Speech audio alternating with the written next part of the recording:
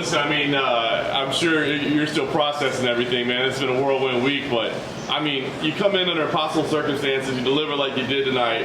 What's going through your head? Shit. Am I allowed to curse? Of course you can. Oh, shit. Great. I mean, like, it's nuts. I mean, I don't know. Like,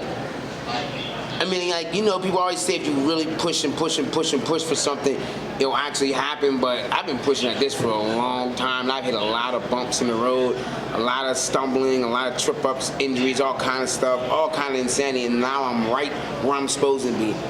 Like, it's nuts. I don't know. I couldn't arrange this better. I fought 3 weeks ago. Like, I took this fight on 4 days notice. This is like some story shit. Don't make a movie about this. They will. I mean, when you take the fight, like you said, on 4 days notice, I mean, honestly, are you just like, well, we'll get into UFC and see what happens? Seriously, that's what I was thinking. Yeah. I was thinking, I have an 11-month-old. I have a family. I have a gym that I own. I'm like, yo, I'm just getting into the UFC. They're like, my manager's like, we'll give you a 4-fight contract. I'm like, oh shit, that's freaking smooth, perfect. I'll get into the UFC. I'm not one that likes to lose. I like to win at everything from checkers to fight, like anything. But I mean, I was gonna go out there and do my best, but I was still banged up. My body was still jacked up from 3 weeks. I fought 3 weeks ago. I mean, like, I went to the 3rd round, so I mean, I'm getting nicked and knocked and stuff. But I mean, like, but it was just go in there and just do the best you can do. And it was kind of weird. I mean, fighting my friend and someone I've trained with before, and someone that's so, like, people were scared. People didn't want to take this fight with him. There's a lot of guys like hiding behind the bushes and shit when they was calling him out like he's a boogeyman and shit. I'm not afraid of anyone, even though he's my boy. I really have to thank him. Thank you for taking this fight, because this changes my life for my family. He could have said no. A lot of fighters would have said, nah, man, I'm cool, never mind. He could have said that, but he took the fight knowing it was a dangerous fight, knowing that we have trained together before, and that I'm known for knocking motherfuckers out. That's what I like to do. I mean, that's what we both like to do. I mean, like, if you count my losses, I've been finished all 6 of my times. So I have a really high finish rate. If I go in there, I'm pulling the grenade, and it's either me or you. And I've gotten better at times, so. You mentioned the 50 G's. What would the 50 G's do for you? You said it changed your life just to get in here. Man. Like I said, I own a gym and stuff. I mean, like, it would just make life a lot smoother for the family and everything. And it would just put me in the right direction. I'm getting 50 G's. I'm already positive thinking. Dana, you want to give me 100 G's.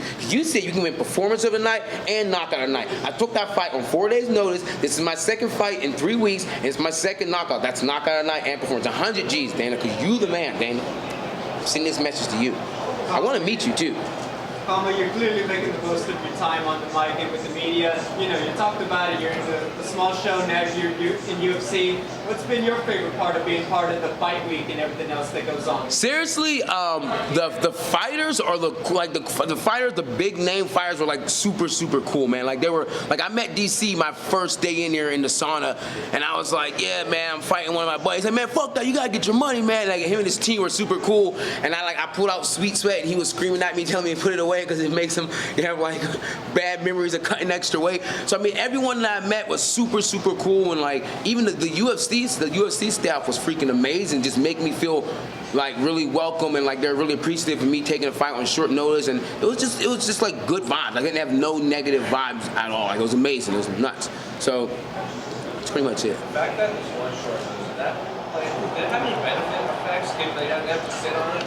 I never thought about it. Yeah. I couldn't think. I had no time to anticipate anything because I was too busy trying to fucking cut 19 pounds. I'm like, shit, I need to cut 19 pounds off. How am I going to do this? So I wasn't thinking about, oh, what should I do? Like, my coaches, they gave me a little bit of game plan, but we were just like, you fought 3 weeks ago. Do the same shit you did 3 weeks. Like, in fact, like, some of the stuff that he did was some of the same stuff that my last guy did. Like, when that arm cocks back, you can hit your counter in there.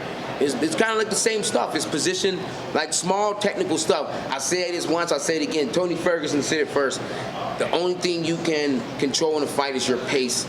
So that's all I meant to control. I made sure I was coming here and push hard and stay on top of it. But I'm sure you want a full camp for your next fight. Hell yeah. I want. Depends on the money. If they call me up and say, hey man, we got this big ass fight you take on like 3 day notice, money talks. I mean, I'll be realistic. I'm about to turn 33.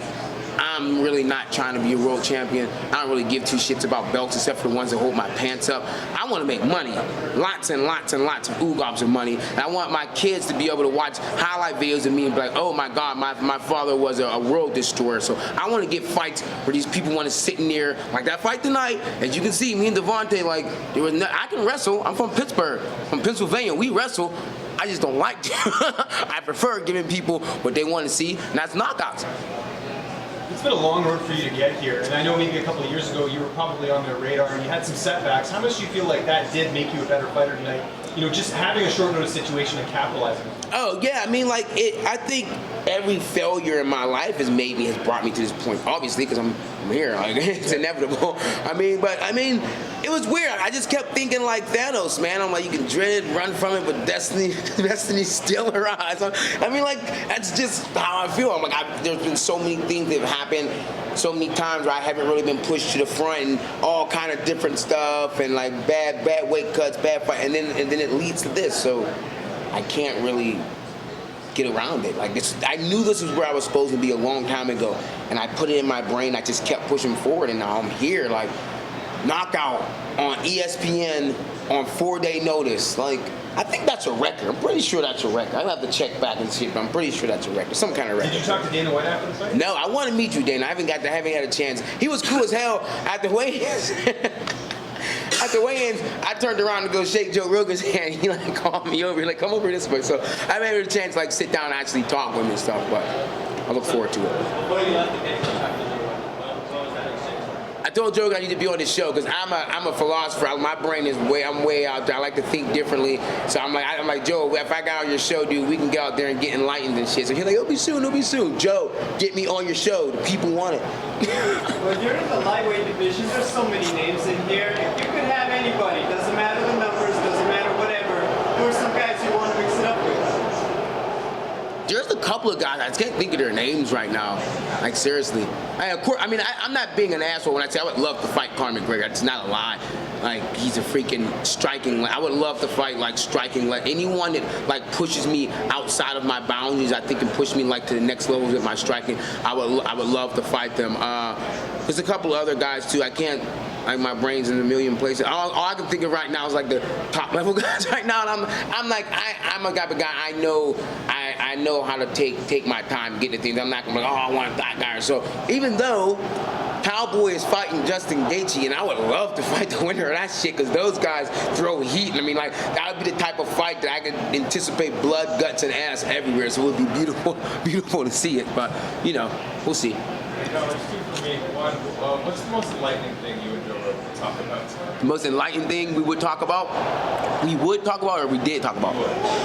Parallel universes. I'm all about parallel universes. I think there's another Khama Worthy around here in another universe that's homeless. That took a different path and he's homeless. You mentioned your family and business and making money a lot. Once the kind of adrenaline of that win swept past you, what was the first thought that came to your mind?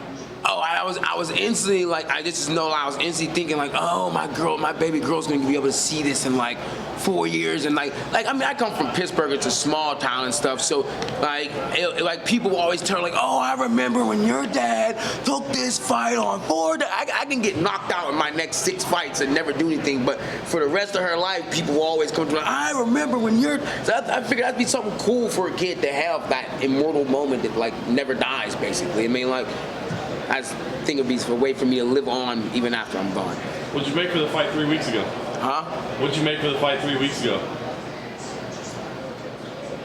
Like a total combined after ticket sales and everything, like $5 grand, $6 grand. Now I'm about to get that 50 plus whatever I made on that. Let's go, Daniel, let's go.